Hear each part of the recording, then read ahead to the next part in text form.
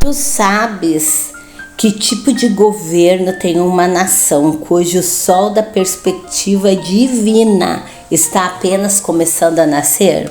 Hoje vamos falar sobre os governantes baseados no Salmo 72.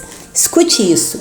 Em 1787, após um longo e caloroso verão de debates no Independence Day Hall, Filadélfia, os delegados das 13 colônias americanas aprovaram o esboço final da Constituição dos Estados Unidos. Ben Franklin era um daqueles delegados. Estando fraco, já na casa dos 80 anos de idade, ele tinha de ser levado para o hall todos os dias. Quando George Washington, o presidente da Assembleia, declarou o documento adotado pelos delegados para ratificação pelas colônias, consta que Franklin levantou-se da sua cadeira no fundo do salão e disse a Washington: ao longo de todos esses meses, senhor presidente, tenho ouvido os argumentos favoráveis e contrários, enquanto os meus olhos constantemente se voltavam para a plataforma e para a sua cadeira nela situada. Na parte de cima do encosto de sua cadeira está esculpida uma imagem do sol. Tenho me perguntado nesses dias se a imagem representa um sol poente ou um sol nascente. Com a adoção desta Constituição, agora estou convencido de que se trata de um sol nascente. E aí entra a pergunta que eu fiz no início deste momento de reflexão. Que tipo de governo tem uma nação cujo sol da perspectiva divina está apenas começando a nascer? Que tipo de domínio você pode exercer sobre a sua própria vida para conseguir a aprovação de Deus? Salomão nos dá a resposta nestes salmos, o Salmo 72. Sobre a lei moral, como discernirmos entre o certo e o errado? Por uma decisão do legislativo? Por um ato do presidente ou do executivo? Por uma decisão de um juiz ou do judiciário? Salomão tinha uma resposta melhor. A lei moral procede de Deus e os governantes sábios buscam o dom dos seus juízos e da sua justiça. Uma sociedade humana definitivamente entra em colapso quando suas leis derivam da política do momento e não dos padrões do Todo-Poderoso. Qualquer segmento do governo que perde essa perspectiva afunda na areia movediça do relativismo moral e do caos ético.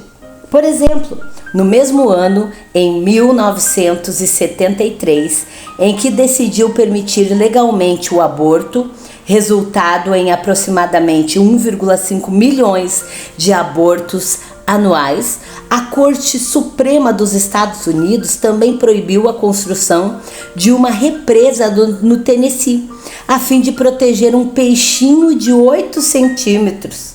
Segundo o distorcido pensamento da Corte, o peixinho tem um direito inalienável à vida, mas ao mesmo não acontece com uma criança no ventre.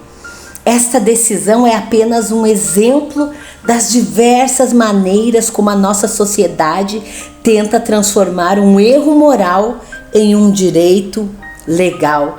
Meu Deus, em 1973 foi aprovado o aborto nos Estados Unidos e se tornou um direito legal através de um erro moral. É incrível pensar que um peixinho tem mais direito à vida do que uma criança que está no ventre.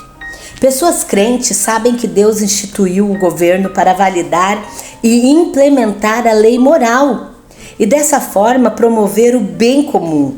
Um bom governo sempre defende os aflitos e necessitados e quebranta o opressor, pois tal ação é coerente com a própria personalidade divina, a personalidade de Deus. E o tempo de duração e influência? Qual que é a duração de um bom governo?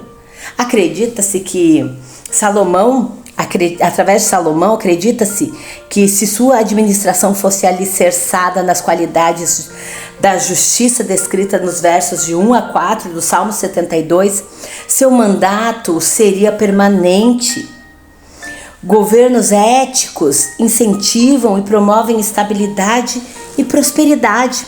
Salomão também acreditava que uma nação seria forte se o seu governo estivesse arraigado na lei moral de Deus.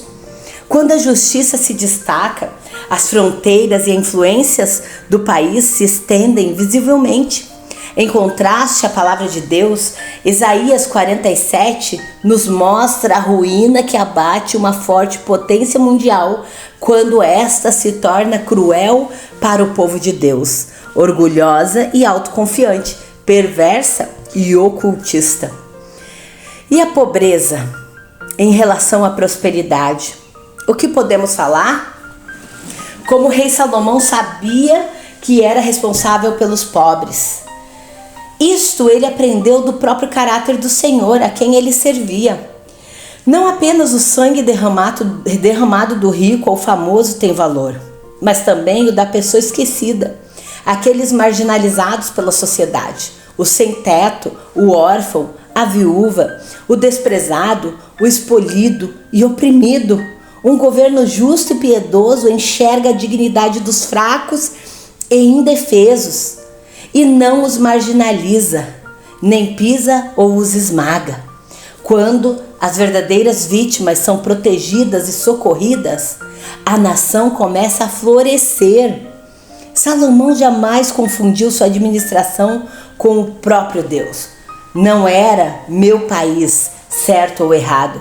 Deus está acima do governo, pois só ele faz maravilhas. A glória do rei ou do governante terreno não pode ser comparada com a glória de Deus. E a quem dizemos: bendito seja para sempre o seu nome glorioso, e encha-se toda a terra da sua glória. Amém, amém, no verso 19. O Salmo termina com uma nota final, concluindo o segundo livro do Saltério, dos Salmos 42 a 72, com as orações de Davi, filho de Jessé. O principal, mas não é o único autor dos salmos desta série. É um final bastante apropriado. Davi lançou as bases para o longo e bem-sucedido reinado de Salomão. As frequentes noites de solidão e inquietação de sua vida peregrina tinham acabado e o resultado foi a estabilidade para o seu filho e para o povo, através do seu próprio sacrifício. Davi possibilitou a era de segurança e justiça que se seguiu. Foi uma sólida recompensa por todos os momentos terríveis de tentação que Davi enfrentou no deserto, a fim de servir a Deus e a sua própria geração. Que nós venhamos a olhar com dignidade e não valorizar pequenas coisas, mas olhar pela perspectiva moral de Deus, os governantes do nosso país e todos que nos cercam. Pai querido, nos ajude, Senhor, a basear o governo da nossa vida no Teu caráter eterno. Nos guarda de criar as nossas próprias leis, como Tu fizestes com Davi. Use a nossa vida para abençoar aqueles que vêm depois de nós e abençoar o nosso país, a nossa igreja, a nossa casa, o nosso bairro, a nossa cidade.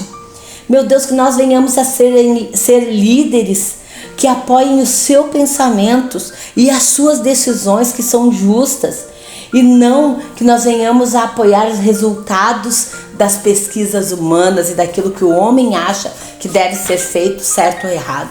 Que tudo pela Tua perspectiva seja maravilhosa, segundo a nossa perspectiva também, conforme a Tua, tendo assim a Tua mente, seguindo os Teus padrões morais, para reger e direcionar e governar a nossa vida. Em o nome do Senhor Jesus. Amém. Amém, meu querido irmão, minha querida irmã.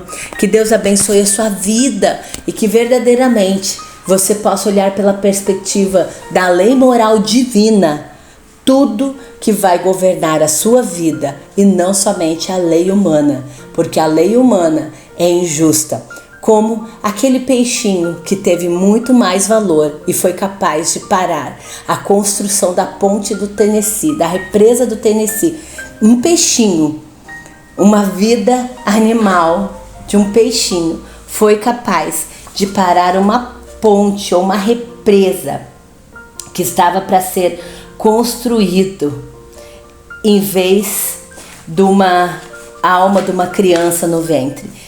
Essa represa do Tennessee, com certeza, carrega a marca de vários bebês que tiveram suas vidas interrompidas. Que um peixinho valeu muito mais do que essas crianças, esses bebês. Vamos olhar com a perspectiva divina. E assim nós realmente iremos valorizar o que mais importa, que é a vida do ser humano. Claro que eu não estou dizendo que o peixe não tem valor. O peixinho tem valor, um animalzinho tem valor. Mas a vida no ventre, ela tem muito mais valor. Nós valemos muito mais. A Bíblia diz que as árvores dos campos, as flores do campo e as aves do céu, o nosso valor é inestimável. Deus abençoe a sua vida. Se você ainda não é inscrito no nosso canal, se inscreva. Eu tenho certeza que todos os dias você encontrará aqui uma mensagem para o seu coração que vai te avivar para a glória de Deus.